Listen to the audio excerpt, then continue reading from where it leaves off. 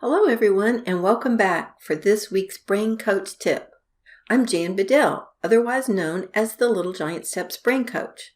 It's great to have this forum to share the revelations God has given me over the past 20 plus years. My goal is to equip you with some brain-changing tips that can change your child's future. It's estimated that 1 in 5 children are suffering as struggling learners. So you never know what person in your path might really need this information. Well, we're just coming off the Christmas break, that long holiday. You know, holidays and breaks throughout the year are great, aren't they? They're also exhausting, fun, stressful, and wonderful. All those rolled into one. But now, how do you get everyone back in the routine of school? That's the topic for today. I remember the first day of school when I was homeschooling. It was so exciting. You had prepared all this. You had the new curriculum, the new techniques, the new things you discovered, and a new just excitement for school. You had these high hopes, and then you just went in with this great attitude, and then you got kind of bogged down. This kind of happened to my daughter too. She's just really doing her first year of official homeschooling with our kindergartner. Well, she's really preschool age, but she's definitely kindergarten ready. Alyssa mapped out the whole day, everything she wanted to accomplish. And she tried this for 2 days.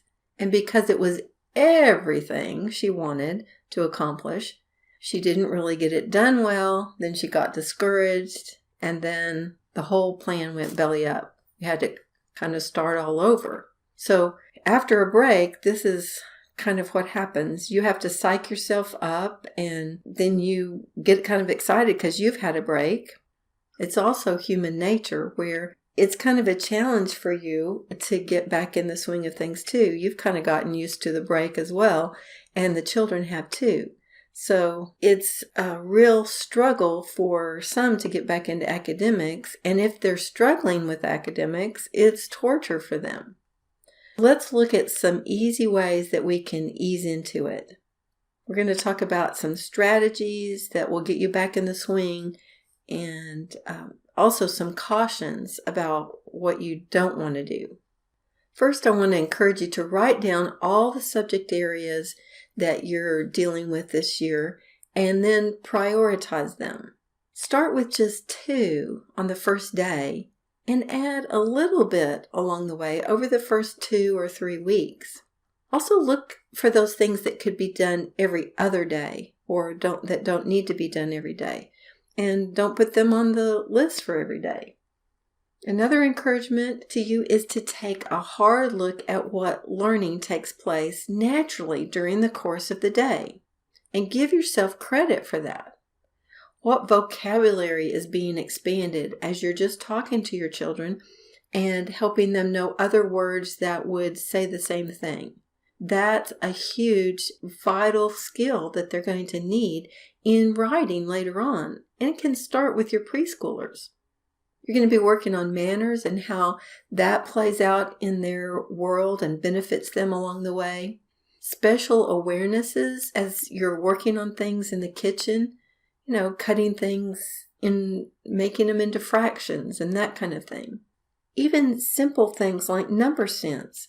My grandson got cars for his Christmas, and he's lining them up and we can count them. So all of that counts toward your school. So don't discount those things that are just happening naturally for you during the day that are really part of school. If you have a child that struggles with math, don't put formal math where they sit down and do paper and pencil in the first few days.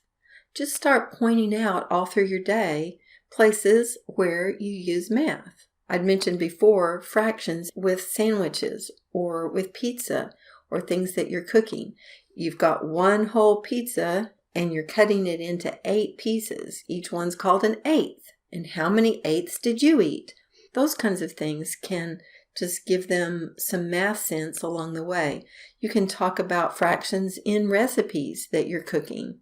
You might even do, a pretend checkbook or add up all the utility bills, and then they're adding large numbers, but you're doing it for them. If you've listened to some of my other podcasts, you'll remember that input is so important versus output. The input is giving information so that they can learn it, and output is actually doing something with the information that you've learned. You don't want to ask for output too early. All children, and especially the ones that are struggling, they need to be reminded of how to do things. So don't feel like it's cheating to give the answer or to demonstrate something that was previously thought to be mastered.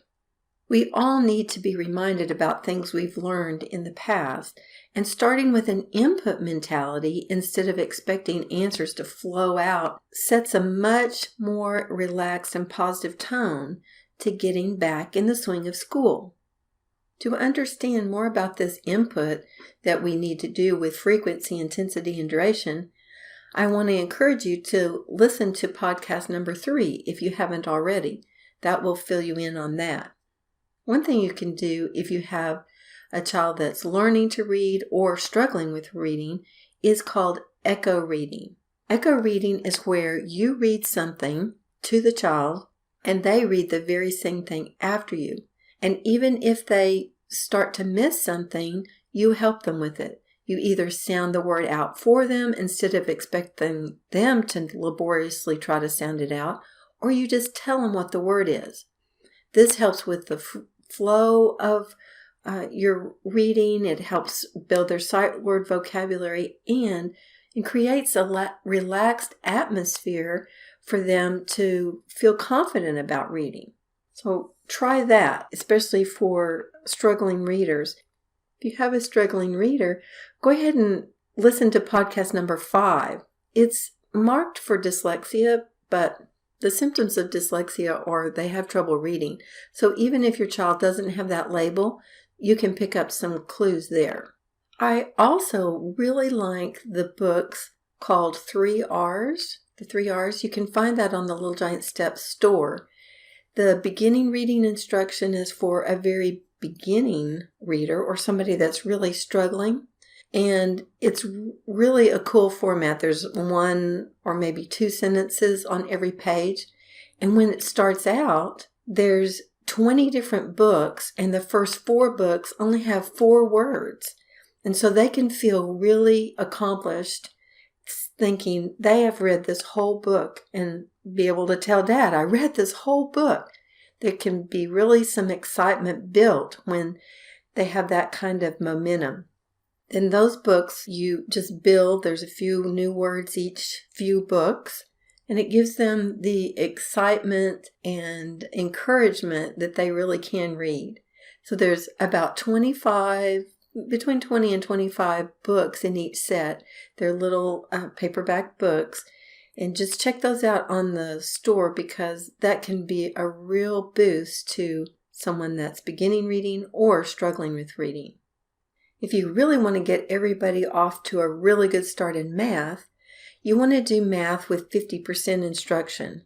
Now what that means is you do a problem, they do a problem. You do a problem, they do a problem.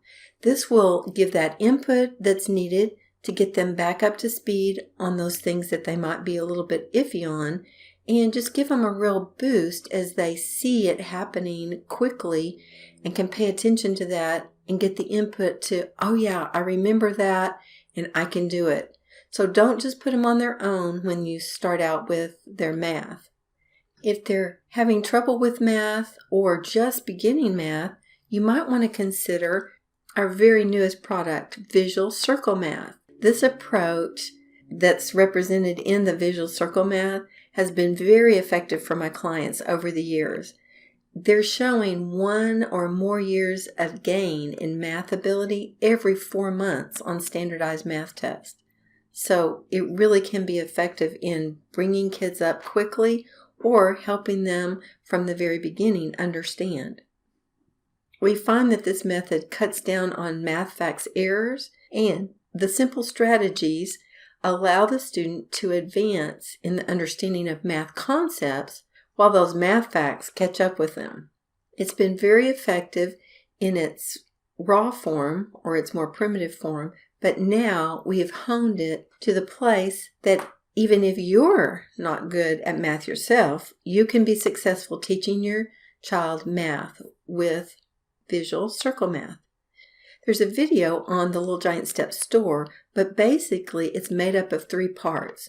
One is the script, so you know exactly what to say. And we teach this visually, so you're not going to say very much.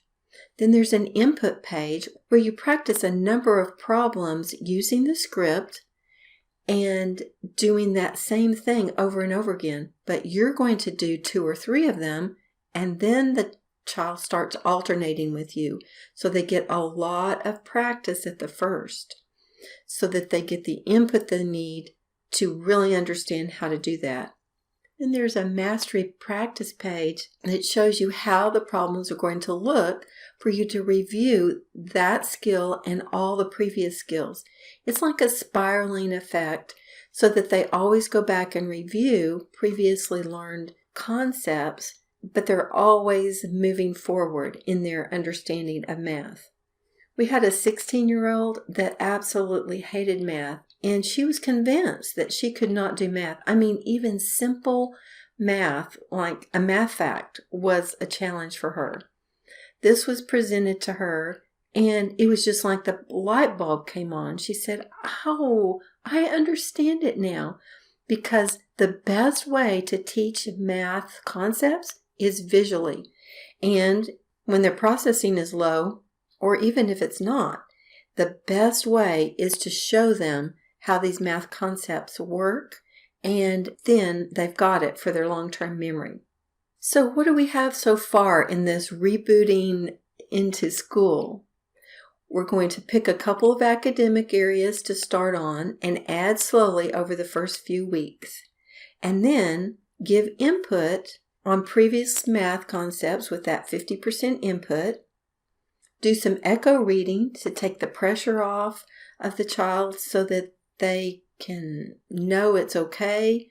They know they're going to get help if they stumble, and they enjoy reading that way, and so they're not under so much pressure. At first, as you're getting back into the swing of things, so I want to encourage you to spend a lot of time reading for long periods of time over those first few days to get them back in the habit of focusing. This can have many, many benefits. Some of the best memories we have are when we were reading together. I want to make a few recommendations of my favorites. If the child or your children are upper elementary or middle school age, The Bronze Bow is an excellent book to read aloud, and it can relate to your Roman times study. Or the book Carry On, Mr. Bowditch. That's related to the American history, and it's a book of character building and sacrifice and just destiny, because Mr. Bowditch, he wrote navigation books that we still use today.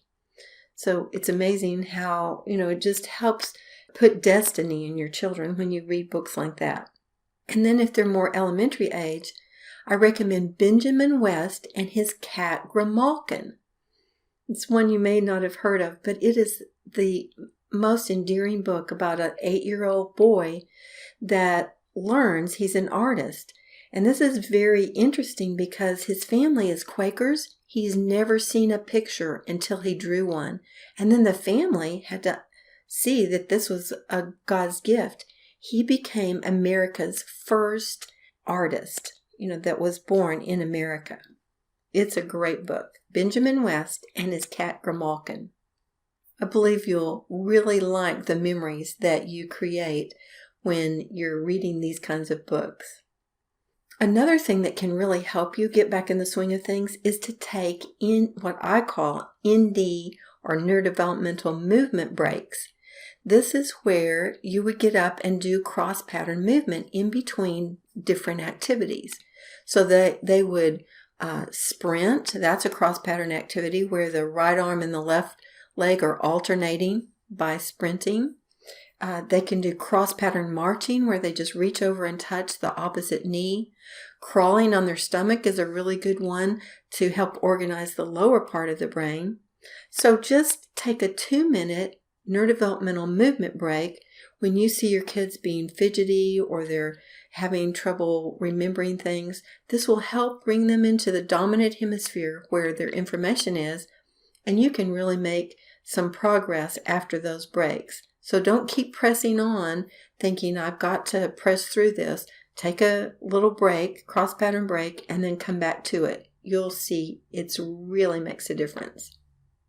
Now, if you really want to fix at the root cause many of the issues that are plaguing your struggling learner, you want to look at the developmental foundations. We call this the Family Brain Training Kit. It takes about an hour for the whole thing, but you don't have to do all the parts for everybody. And many of the things are things that you can do in a group. It's going to help their long-term memory, short-term memory, their brain organization, all of those kind of things that are root causes of learning struggles. My prayer is that this important information encourages you to stay tuned for more of these Brain Coach tips to make life and learning easier. For now, it's the Brain Coach signing off and reminding you that neurodevelopment is a dynamic approach to life. So think differently. The solution is not in the problem. See you next week.